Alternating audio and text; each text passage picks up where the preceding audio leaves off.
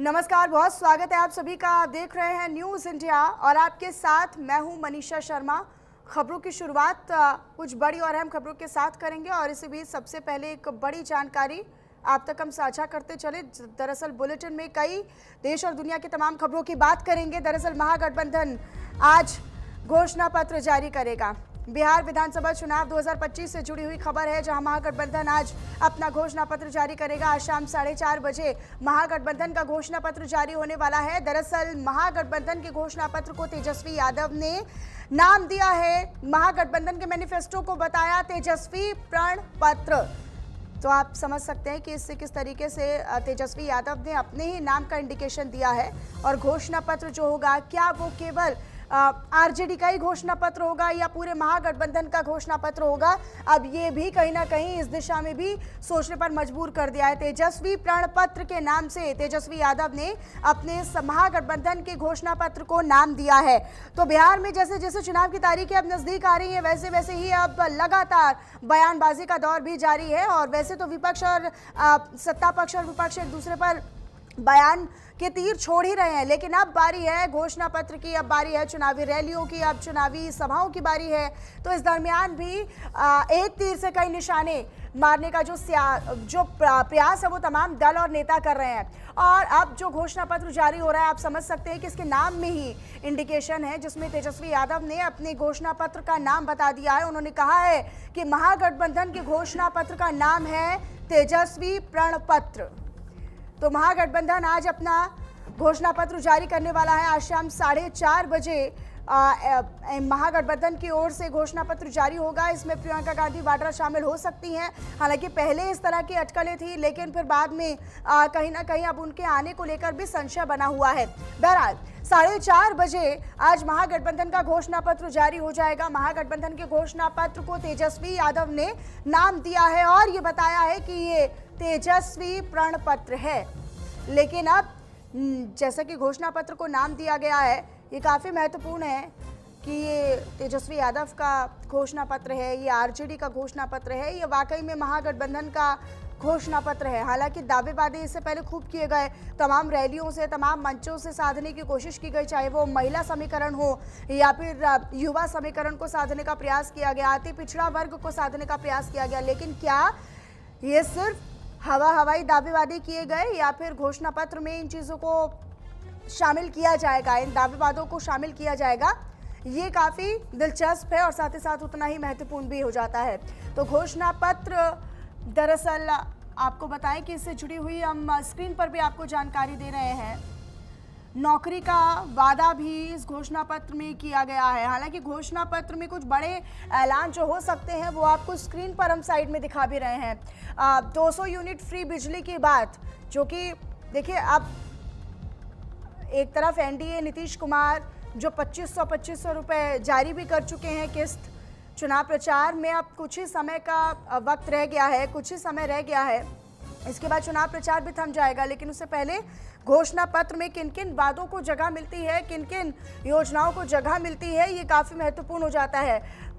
व्यवस्था पर खास फोकस, कानून व्यवस्था पर खास फोकस। और बिहार चुनाव से आज की ये बड़ी खबर आपको हम साझा कर रहे हैं। आज बिहार चुनाव का दिन बेहद ही महत्वपूर्ण दिन है, क्योंकि आज ही घोषणा पत्र जारी होगा और घोषणा पत्र के साथ साथ ये भी साफ हो जाएगा कि क्या वाकई में कानून व्यवस्था एक बड़ा मुद्दा है विपक्ष के लिए। क्या महिला का मुद्दा, महिला सुरक्षा का मुद्दा, महिलाओं की सिक्योरिटी का मुद्दा क्या वाकई में बड़ा मुद्दा है कि इसे घोषणा पत्र में जारी किया जाएगा या इसका ऐलान किया जाएगा? ये देखना काफ़ी महत्वपूर्ण होने वाला है। शिक्षा बड़ा मुद्दा हमेशा से, रोजगार, शिक्षा और युवा, ये बड़े मुद्दे रहे हैं बिहार में। लेकिन क्या इनको घोषणा पत्र में महागठबंधन जगह देता है, ये जानना और ये देखना काफ़ी दिलचस्प होगा। 200 यूनिट फ्री बिजली का वादा भी किया जा सकता है इसी घोषणा पत्र में।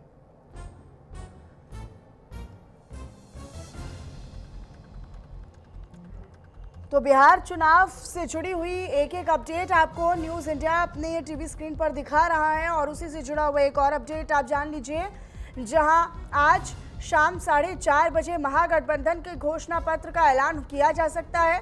हालांकि इस दरमियान तेजस्वी यादव शामिल रहेंगे, राहुल गांधी मंच पर होंगे या नहीं होंगे, प्रियंका गांधी आएंगी या नहीं आएंगी, क्योंकि एक राजनीतिक संदेश भी जाएगा तमाम लोगों के बीच में। इसी मंच से एक संदेश भी जाएगा कि महागठबंधन जो कि ये दावे वादे करता है कि सब सही है, all is fine, all is okay है, ऑल इज वेल है, लेकिन क्या मंच पर जब साथ जुटेंगे, साथ दिखेंगे, तो क्या एकता का संदेश भी दे पाएंगे या नहीं दे पाएंगे, ये भी काफ़ी दिलचस्प होने वाला है। तस्वीरें बताएंगी कि कितना एकजुट है महागठबंधन और कितना नहीं है।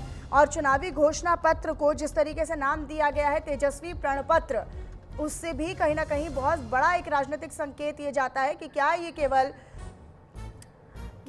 केवल आरजेडी का ही घोषणा पत्र है या महागठबंधन का भी घोषणा पत्र है। नील कमल मेरे साथ, मेरे सहयोगी जुड़ चुके हैं सीधा। नील कमल, आप ही का रुख करते हुए, आज घोषणा पत्र जारी हो सकता है महागठबंधन का, जिसे तेजस्वी यादव तेजस्वी प्रण पत्र बता रहे हैं, लेकिन क्या वाकई में ये केवल आरजेडी का ही घोषणा पत्र तो बनकर नहीं रह जाएगा या महागठबंधन का घोषणा पत्र होगा? इस नाम से कहीं ना कहीं अब संदेह भी पैदा हो गया है। नील कमल।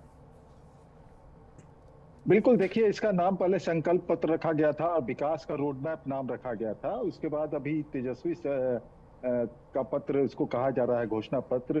तो ऐसे में सवाल तो उठते ही है कि महागठबंधन में के अंदर में क्या ये तेजस्वी ही सारी चीज जो घोषणा करेंगे वो तेजस्वी यादव की ही घोषणा होगी? उसमें बाकी जो घटक दल हैं, कांग्रेस है, माले हैं, उन लोगों का कोई योगदान नहीं होगा। तो तेजस्वी के नाम से ये घोषणा पत्र अगर जारी हो रही है तो इसका मतलब समझना मुश्किल नहीं है कि महागठबंधन के अंदर अभी भी खींचतान जारी है।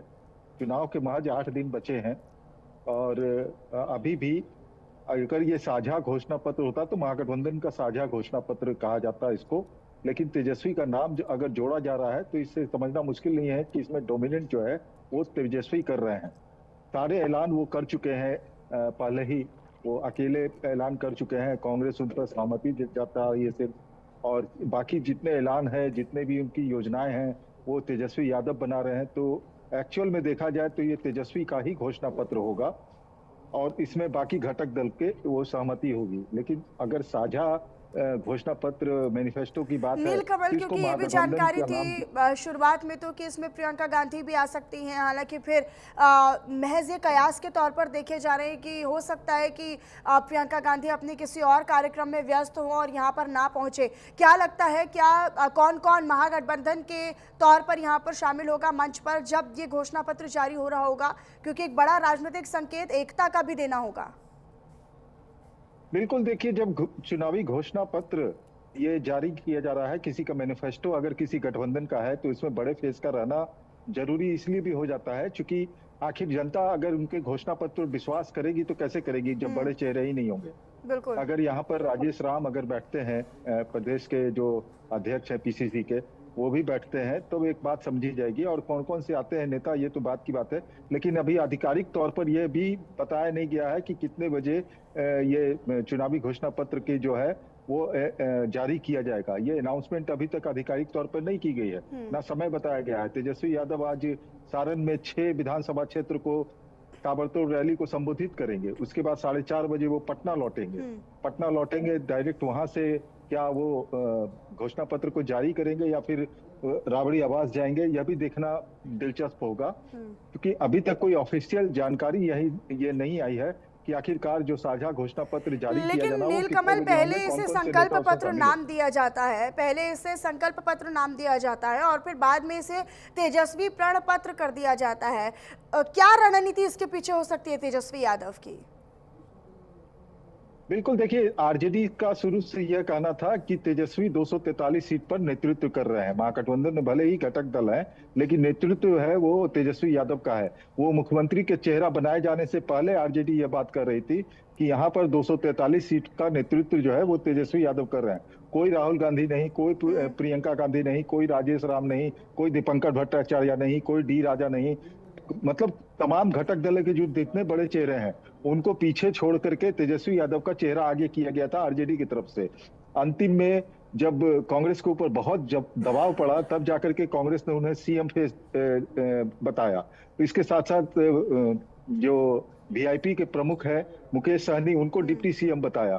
तो ये दबाव साफ देखा जा रहा था कांग्रेस और बाकी घटक के नेताओं के ठीक ऊपर। है नील अब कमल। इसे और तेजस अब जो मंच जिस पर नेता शामिल होंगे, जिस पर घोषणा पत्र जारी होगा, वहां से क्या एक सियासी संदेश देने का प्रयास महागठबंधन करेगा, घोषणा पत्र में किन किन बातों को जगह मिलती है, ये काफी महत्वपूर्ण होगा। अपनी नजर आप इस पर नील कमल बनाकर रखिएगा। शुक्रिया बहरहाल आपका इस तमाम जानकारी को साझा करने के लिए।